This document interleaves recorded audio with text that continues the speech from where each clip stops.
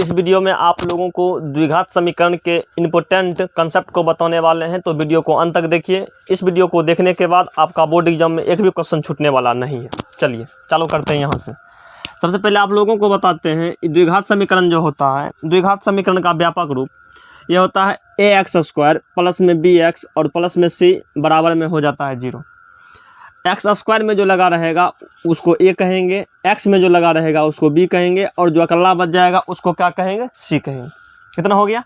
उसके बाद द्विघात समीकरण के दो मूल होते हैं, यानी कि दो शून्यक होते हैं। मूल की प्रकृति को जानने के लिए एक विवेचक ज्ञात किया जाता है। क्या निकाला जाता है, विवेचक। विवेचक को ही कहते हैं विविक्त कर, विवेचक को ही कहते हैं विविक्त कर, और इसको अंग्रेजी में कहते हैं डिस्क्रिमिनेंट। डिस्क्रिमिनेंट इसको डी से सूचित किया जाता है। तो डी बराबर होता है b² माइनस 4ac। डी बराबर क्या होता है, b² माइनस 4ac। अब देखिए डी का मान तीन कंडीशन में हो सकता है। पहला, डी का मान 0 हो सकता है, या 0 से बड़ा हो सकता है, या 0 से छोटा हो सकता है। यदि डी का मान 0 हो, यदि डी 0 यानी कि डी का मान 0 हो तो दोनों मूल वास्तविक होगा, और वास्तविक के साथ क्या हो जाएगा, समान भी हो जाएगा। दोनों मूल यदि क्या कहते हैं, डी का मान यदि 0 हो तो दोनों मूल वास्तविक होगा और क्या हो जाएगा, समान हो जाएगा। यदि डी का मान 0 से बड़ा हो, मतलब डी इज ग्रेटर देन 0, यदि डी का मान 0 से बड़ा रहेगा तो दोनों मूल वास्तविक होगा, लेकिन क्या हो जाएगा, असमान हो जाएगा। वास्तविक के साथ क्या हो जाएगा, असमान। उसके बाद 3 नंबर में यदि डी का मान 0 से छोटा हो, यानी कि D is less than 0, D का मान 0 से छोटा हो, इसका हो जाएगा कोई वास्तविक मूल नहीं, अर्थात क्या हो जाएगा, अवास्तविक हो जाएगा। क्या हो जाएगा, अवास्तविक। उसके बाद आइए यहाँ थोड़ा सा देखते हैं। ये द्विघात समीकरण जो होता है, द्विघात समीकरण का घात कितना होता है, द्विघात समीकरण का घात भी 2 होता है। द्विघात समीकरण का मूल और शून्यक भी क्या होता है, तो मूल भी 2 होता है, शून्यक भी क्या होता है, 2 होता है। ये सब बराबर एग्जाम में पूछा जाता है। अब देखिए, पहला मूल को अल्फा कहते हैं, दूसरे का मूल को बीटा कहते हैं, ठीक। और ये दोनों के बीच में आपस में कुछ संबंध है, तो देखिए संबंध क्या है। कहेगा मूलों का योग या मूलों का योगफल। मूलों का योग कहेगा मतलब alpha plus beta, alpha plus beta. यदि अल्फा प्लस बीटा कहेगा तो आपको लिखना है -b/a। क्या लिखना है, -b/a। उसके बाद कहेगा मूलों का गुणनफल, इसी को लिख सकते हैं alpha into beta, alpha into beta. तो मूलों का गुणनफल अल्फा इंटू बीटा बराबर c/a। क्या हो जाता है, c/a, c/a हो जाता है, ठीक। उसके बाद आपका दिया हुआ है 1/α प्लस 1/β। तो 1/α प्लस 1/β निकालने के लिए इसको बटे में ये कर देना है, तो ए मतलब ए से ये कैंसिल हो जाएगा। ऊपर में -b है और यहाँ आपका c है, ये आपका बच जाएगा -b/c, -b/c। 1/α प्लस 1/β बराबर ये आपका हो जाएगा -b/c। उसके बाद यदि कहेगा आपसे α² प्लस β² का मान निकालने के लिए, तो वहाँ लिखेंगे अल्फा प्लस बीटा का होल स्क्वायर, अब माइनस में 2α बीटा। इसका मतलब क्या हो गया, इसका मतलब हो गया मूलों का योग, और इसका मतलब हो गया मूलों का गुणनफल। देखिए आपको कहीं कहीं ये भी दिया रहेगा कि द्विघात समीकरण यानी कि मूलों के योगफल और मूलों के गुणनफल, यानी कि अल्फा प्लस बीटा और अल्फा इंटू बीटा का मान दिया रहेगा। आपको कहेगा द्विघात समीकरण निकालने के लिए वहाँ ये फार्मूला लगाइएगा, x² minus alpha plus beta into x plus में अल्फा बीटा बराबर 0, और यहाँ से इसका मान रख दीजिएगा, इसका मान रख दीजिएगा, तो आपका द्विघात समीकरण बन करके तैयार हो जाएगा।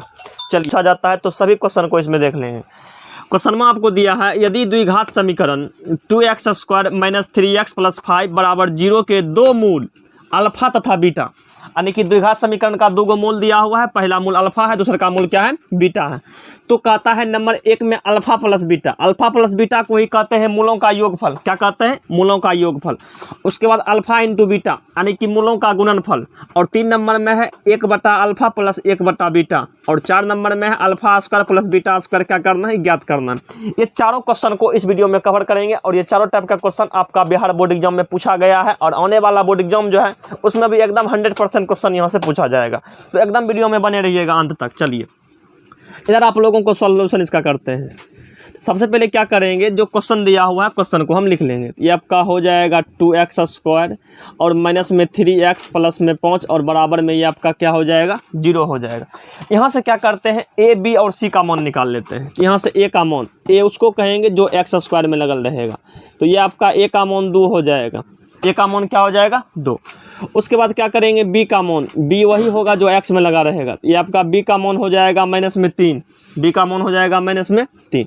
उसके बाद सी का मान, सी वही होगा जो अकेला बचल रहेगा, तो सी का मान आपका 5 हो गया, सी का मान आपका 5 हो गया।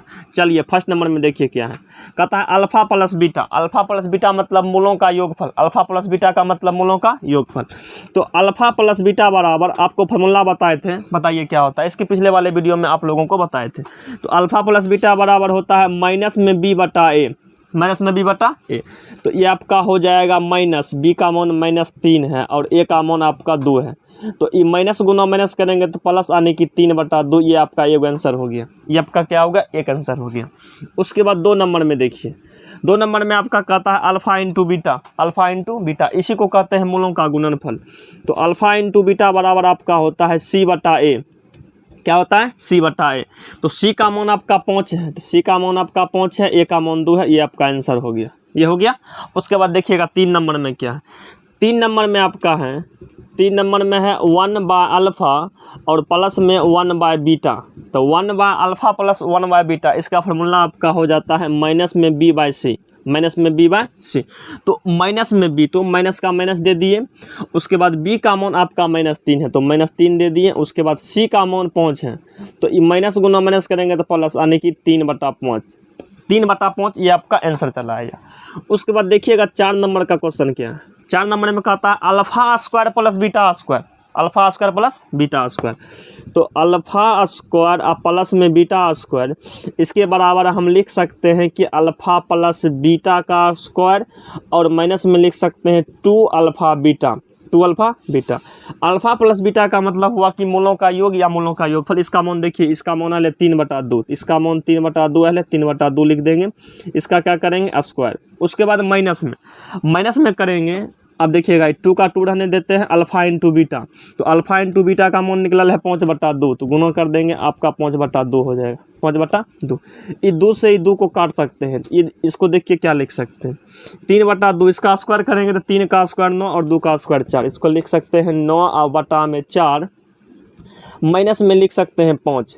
यहाँ से क्या करेंगे, जब इसको हल करेंगे तो हल करने के बाद ये मेरा निकल जाएगा, चलिए दिखाई पड़ रहा है, यहाँ से आपका हो जाएगा 4, यहाँ से हो जाएगा 9 और माइनस में 5 चौके 20 हो जाएगा। तो इसको सोल्यूशन करने के बाद ये 9 में से 20 घटाएंगे तो -11, -11/4, ये आपका आंसर चला आएगा। देखिए ये चारों टाइप का क्वेश्चन आपको बोर्ड एग्जाम, आने वाले बोर्ड एग्जाम में एकदम छपल के छपल मिलेगा। आई होप ये सब समझ गए होंगे। मिलेंगे नेक्स्ट वीडियो में बहुत ही जल्द।